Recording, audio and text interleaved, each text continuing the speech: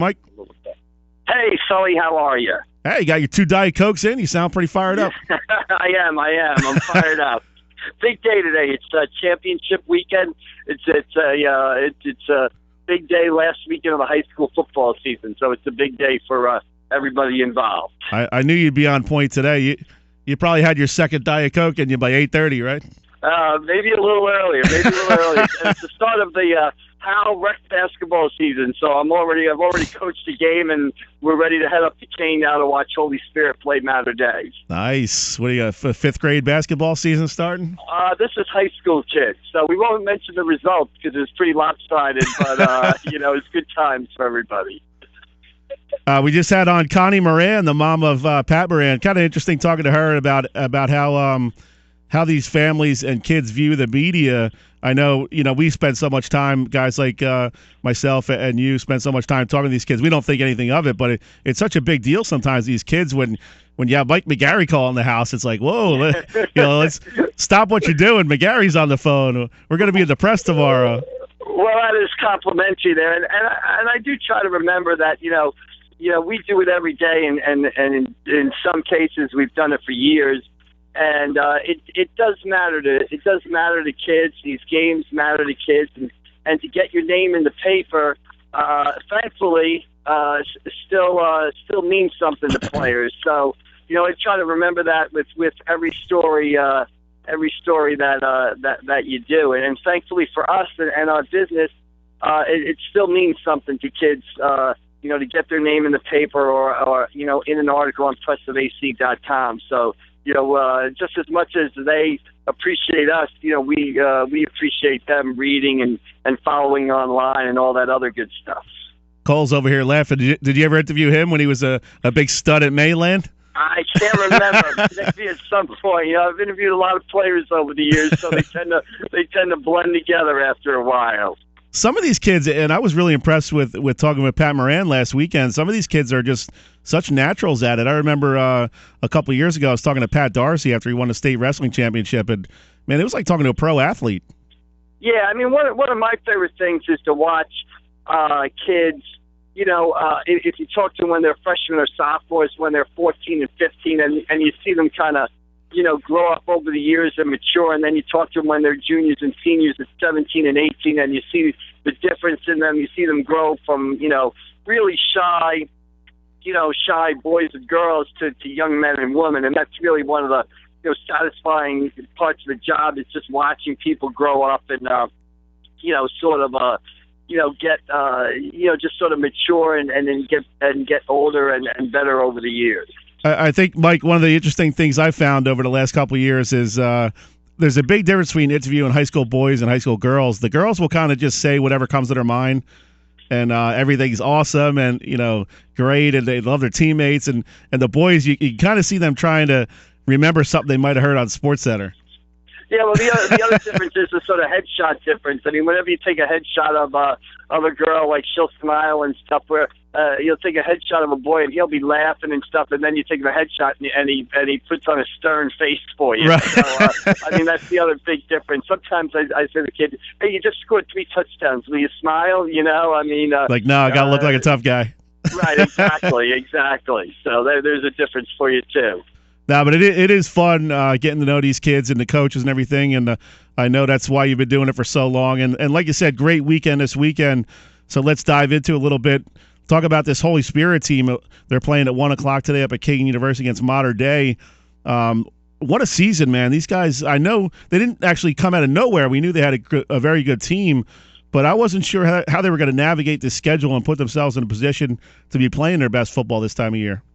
Yeah, I mean, I think like I wrote in today's paper, and you get the preview story at pressofac.com. I think Holy Spirit has kind of rebuilt faster than people expected them to. They made the state final in 2013, but they were still an under 500 team. They got kind of a good draw that year. Last year, Coach A.J. Russo steps in with Bill Walsh, and they take the program over again.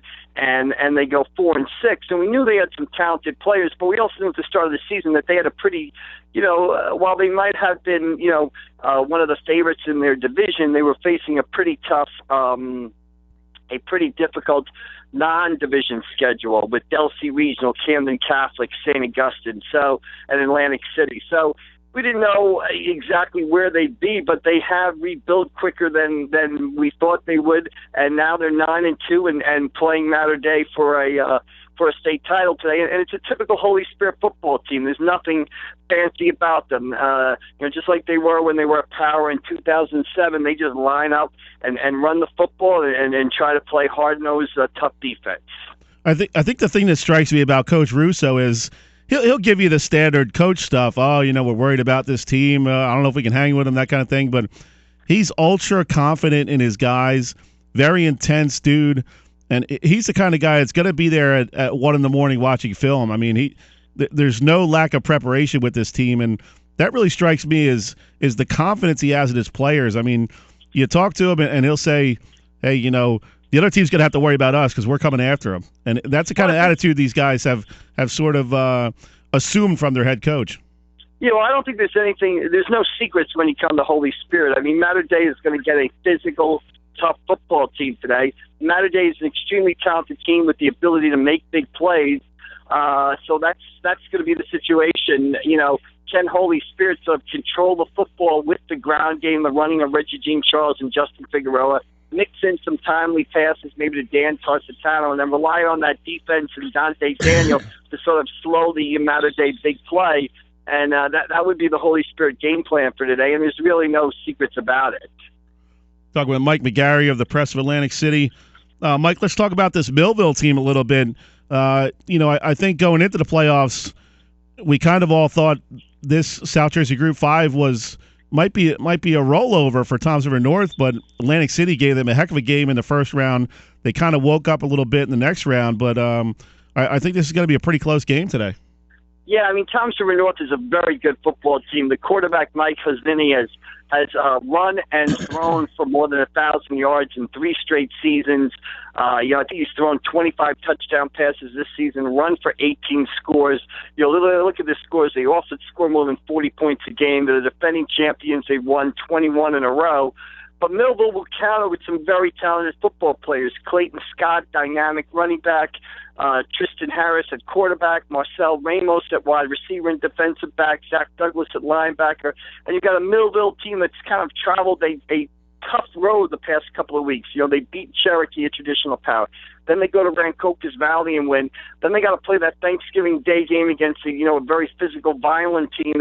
That game was violent Super Bowl, and they win at 45-28. Now Millville's got to come back and play Toms River North. So, while it's a tough assignment for Millville, I think they've got the players to do it. I think it all comes down to whether or not they can slow the Toms River North offense.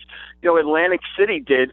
So there's a possibility that maybe Millville will be able to do so also. They might also have a little bit of that, Seahawks 12th man kind of thing going on. I got to assume they're going to travel well. Rowan's only about a half hour from Millville. I got to believe there's going to be a couple different fan buses of students and parents and town. I mean, this town really lives and breathes football. It's one of those real old school football towns. They've been playing football there for over 100 years. Yeah, absolutely, and it's a town that's also passionate about high school sports. I mean, it's obviously they're passionate about baseball with Mike Trout, and they are. Football is their main sport, and I would, suspect you're right, as Marcel Ramos said in the story. They're the same. We've been playing together since we were little kids, and the same people have been coming to our games and cheering for us that are going to be there today. So, the Millville will no doubt have a huge crowd up at Rowan, as will probably Toms River North. That's another, football town. So it should be a great atmosphere, that 6 o'clock kickoff tonight up at Rowan. Any word on a Trout appearance? You never know. You never know. I mean, I remember when they went to the final in 2011, he was at that game, but that was before he was really, I think he was only the American League Rookie of the Year back then. He wasn't a 2-time MVP, so you never know. So that'd be a treat for the fans if he showed up for sure. Yeah, I think if he did go, you wouldn't know he was there. So right. I think that would be the key.